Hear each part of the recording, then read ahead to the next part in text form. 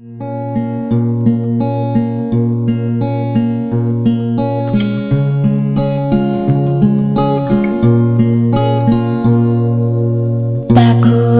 harya dilaw na berlan turun di rorum di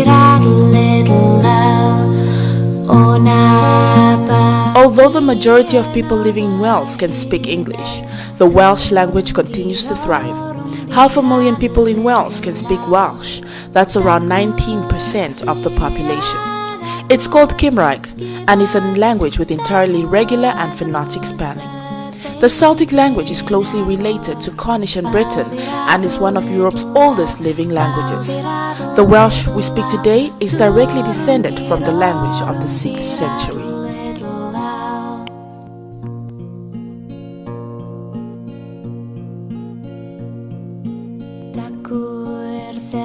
In the concept of youth culture and multilingualism in everyday life, with the Wales being a bilingual country and the government trying to promote the Welsh language in equality to English in order for it to stand strong ground as an official language. What's your take on it? Do you think it will divide or promote a nation? I think if a sensible approach is taken, I think it can be very inclusive in terms of a language. I know of lots of friends who have children who are now sending their children to Welsh schools, even though they're not Welsh speakers, because they realise that they feel very proud of being Welsh and it's part of our kind of cultural identity. So I think as long as people don't become kind of precious about the language in the sense that it has to be perfect, and people are open to engagement with the language, I think it can be used as a positive tool that can kind of bring us together as a nation. But if people aren't kind of that mindset, then I think it can always be a kind of a tool that can be used to divide people. And how do you think the youth are reacting to it in terms of currently the millennials, born into this whole English official language and world, and with the government trying to promote the Welsh culture back, basically the rebirth of the mother tongue? Do you think the youth are for it, or they're still kind of skeptical on it, or they really want to, learn? Mm-hmm. They want to basically go back to their roots, Yeah, I think that lots of young people are kind of proud of their heritage, and this is part of their cultural heritage. When they come to Wales, or whether they're from Wales originally or whether they've moved to Wales, it's part of their identity, and it's also a tool, right? So communicating within the language also opens opportunities for you. So I think as young people see that the opportunities are available to them, and that Welsh can open those doors to those opportunities, I think that anybody who can see that will grab it with both hands and kind of take it on board. Okay, so where do you see the Welsh language in terms of promoting the nation in, say, 10 years from now? Where do you see it?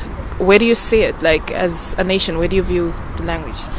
I think there was during the European Football Championships, there was a really interesting thing, because what happened was the football team decided to go with bilingual messaging, and actually using the Welsh language as a kind of integrated part of their kind of communications campaign, and the whole Welsh public really bought into it, and that was really nice. So my hope is that that's the way that we're going to go. We're going to buy into it, and that that Welsh will be seen as a kind of on an equal level with English. But I think we don't have to be exclusive. I think languages in general are really, really useful. I think that the more languages that we learn when we're younger can only serve to benefit us in terms of, the world's increasingly globalized, and we want to connect with the world. Where does Wales stand in the world? And so languages can be used like that. And I know from my point of view as a Welsh speaker that Welsh has helped me when I'm learning other languages in terms of the pronunciation, in terms of also opening your mind to the way the language structures work and things like that. So I can only speak from my own experience in terms of my personal benefit, and it has benefited me hugely in my life, and I just hope that other people can feel those benefits and they can get the same as I've got from it. You mentioned something very interesting, football being used as, basically, it was a sport that also kind of promoted the Welsh language, and I came across a reading with the whole quote, "Together Stronger," which started with the whole soccer games, and now it went viral to the extent where even in other countries, it was a quote that was used even in the States as well, presidential elections as well. Clinton, she used it as well to get stronger. So what do you think about that? Like, coming from, because a lot of people see Wales as kind of marginalized in the UK and a marginalized country in the UK, and having to have such a strong quote that just started from a football game and then going viral and international, like that for you is like also big in terms of promoting the language as well, right?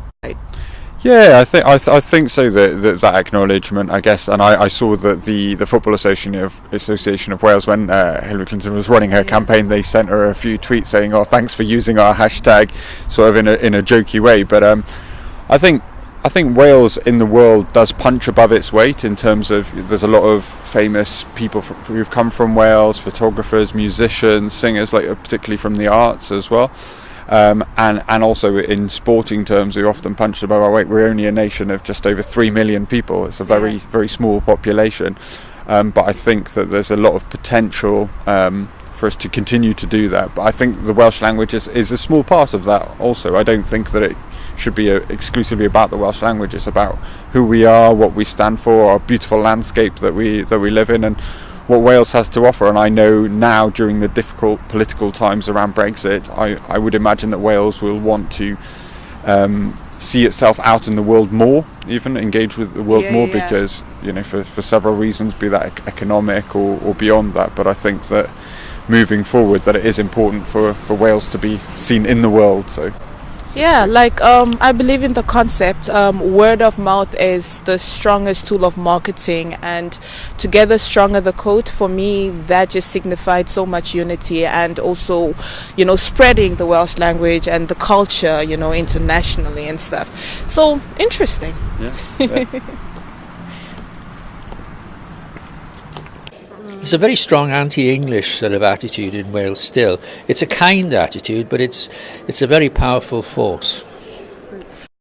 You've got to remember the word Britain, Prython, is from the word Prython, which means Britain in Welsh. So you have basically all of England and most of Scotland spoke Welsh. I grew up, I went to a Welsh-speaking chapel, but my parents had come from West Wales and Merthyr. So the language died off in our family to some extent when, in about 1910, because the working language was English. The coal pits were run by English people, and the language was English. So people would come from Welsh-speaking farms to work in the pits, and they'd end up speaking English after one generation. What happened after that, that went on for about until the early 60s, when the Welsh language movement was formed to rekindle the power it used to have. The Welsh language was banned by the English, by Henry VIII. It was illegal, and it was illegal to go into England and do work because you could get killed for just being Welsh. So there was and that's why all the castles are around Wales. It's not there for tourists, it's there to keep the Welsh in. Most of the mediums have to be in Welsh, at least equal power.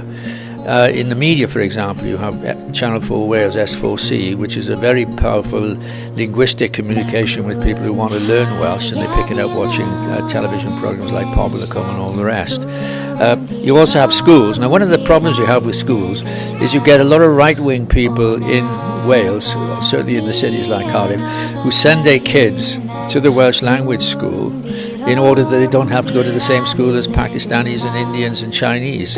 They would rather they learned Welsh than actually study in a culture which is more abhorrent to them than we realise. It's a very unfortunate thing. Let me explain one little thing that goes wrong with the Welsh language culture is the kids will come in from non-Welsh speaking homes and they will go to school, speak Welsh, and then they'll come out and they'll go back to speaking English. It's not become a street language from these groups. It's true that an awful lot of people are picking up the language and their kids, the grandchildren would, but I think it's going to take a while for that to sort of dig in deeply. Being bilingual will be a great asset to the next generation, I think. Both Welsh and English exist harmoniously in Wales. The bilingual words of poet Gwyneth Lewis featured on the design of the iconic Welsh Millennium Centre in Cardiff Bay, is a proud illustration of this.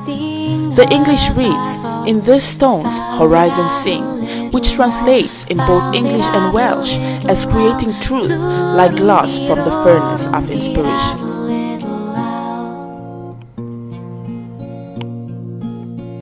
Like the saying goes, "Jet Kravach, together stronger." Language as a unity away from division. Felicia Mutonga, Cardiff, Wales.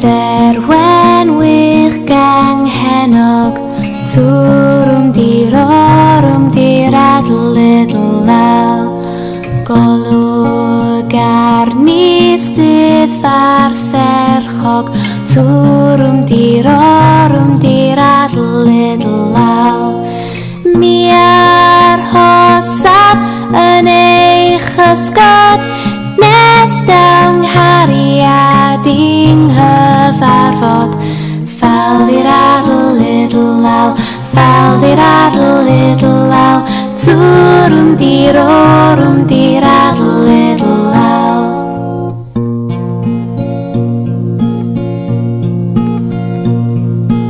Dagwr delyn dagwr tanau Turum diradl little owl Beth wyf gwell heb neb i'w chwarae Turum diradl little owl Dagwr fe'n wen hoenus fanol Beth wyf nes heb gael ei meddwl Faldiradl little owl Faldiradl little owl Turum diradl